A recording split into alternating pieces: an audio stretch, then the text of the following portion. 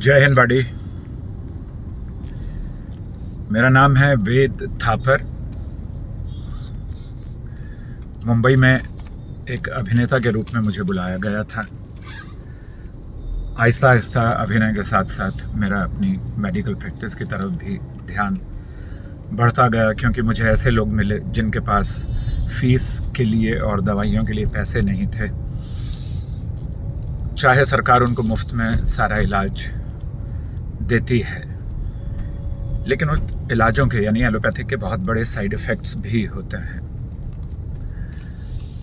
मैंने स्कूल्स में जाना शुरू किया, गवर्नमेंट स्कूल्स में, और वहाँ देखा कि जितने भी नौजवान लड़के लड़कियाँ हैं वो सही गाइडेंस ना मिलने की वजह से बहुत गलत रास्तों पर जा रहे हैं, और उनमें सबसे गलत रास्ता है ड्रग्स का और indulgence in sex in raw age, not even a teenage, even before teenage, though it is not advised even in teenage also.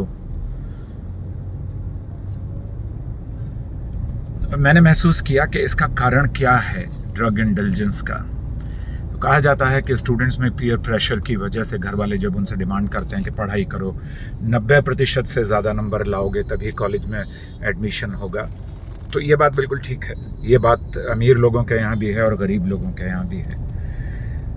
दूसरा जो सबसे बड़ा सामाजिक कारण है वो है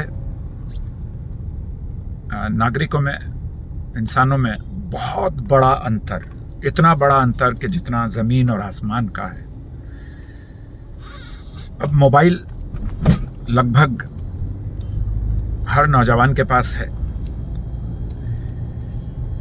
लेकिन उसका जो मोबाइल उसे चाहिए वो उसे नहीं मिल पाता।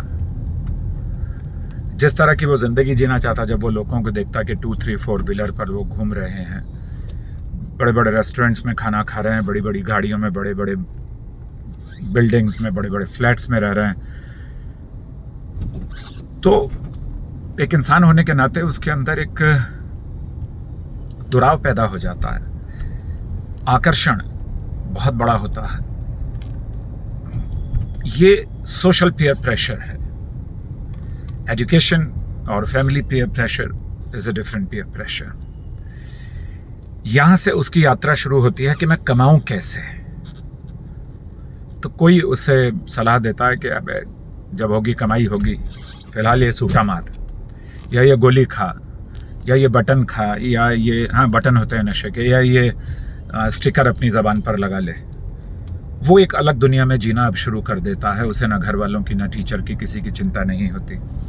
इसमें से 99% जो लड़के हैं वो चले जाते हैं बुराइयों में, या तो ड्रग पेडलर बन जाते हैं, या भाईगिरी करने लगते हैं, और ड्रग के साथ साथ सेक्स इंटेलिजेंस होता है, जिसमें ये छोटी लड़कियों को, गरीब बच्चियों को उलझा लेते हैं, अपनी तरह की ही जो होती हैं। वहाँ एक अलग तरीके की समस्या पैदा होती है। तो मैंने सोचा कि इनको किस तरीके से छुड़ाऊं इस बीमारी से। तो उसका एक ही तरीका है कि मैं इनको व्यस्त रखूं, और व्यस्त रखने के लिए मेरे पास था, मैं इनको मिलिट्री डिसिप्लिन की ट्रेनिंग दूं, डिज़ास्टर मैनेजमेंट रिस्पॉन्स ट्रेनिंग दूं, इनको फर्स्ट एड की ट्रेनिंग दूं, इनको सेल्फ डिफेंस की ट्रेनिंग दूं, कंट्रोल्ड वे में, कभी उसका मिसयूज़ ना करें ये। और ये ट्रेनिंग तो कुछ दिनों में ख़त्म हो जाएंगी, 3 महीने, 6 महीने, 1 साल में। अब क्या हो, उनके पास जो समय है उसको कैसे उस टाइम को मैनेज किया जाए। तो एक स्पोर्ट्स इंस्टीट्यूट खोलने की कोशिश की मैंने, जिसके लिए मैं आपके पास इस समय आया हूँ। ये स्पोर्ट्स इंस्टीट्यूट में क्रिकेट, हॉकी, इस तरह की चीज़ें नहीं होंगी। इसमें एथलेटिक्स होंगे और एडवेंचर गेम्स होंगे, जिससे उनकी ऊर्जाओं का, उनके समय का सदुपयोग हो, वो उस क्षेत्र में प्रगति कर सकें, पढ़ाई में अच्छे हो जाएं, ड्रग से बच जाएं और सेक्स इंडल्जेंस से बच जाएं, तो देश को अच्छे नागरिक मिलें, क्राइम कम हो। जो 4.5 करोड़ केसेस हैं कोर्ट्स में, वो केसेस, उन केसेस में नौजवानों के केसेस जुड़ने ना शुरू हो जाएं।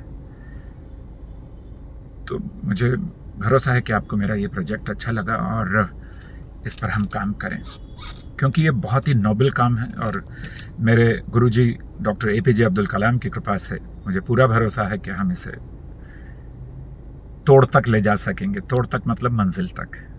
वंदे सहयोगम, वंदे मातृभूमि।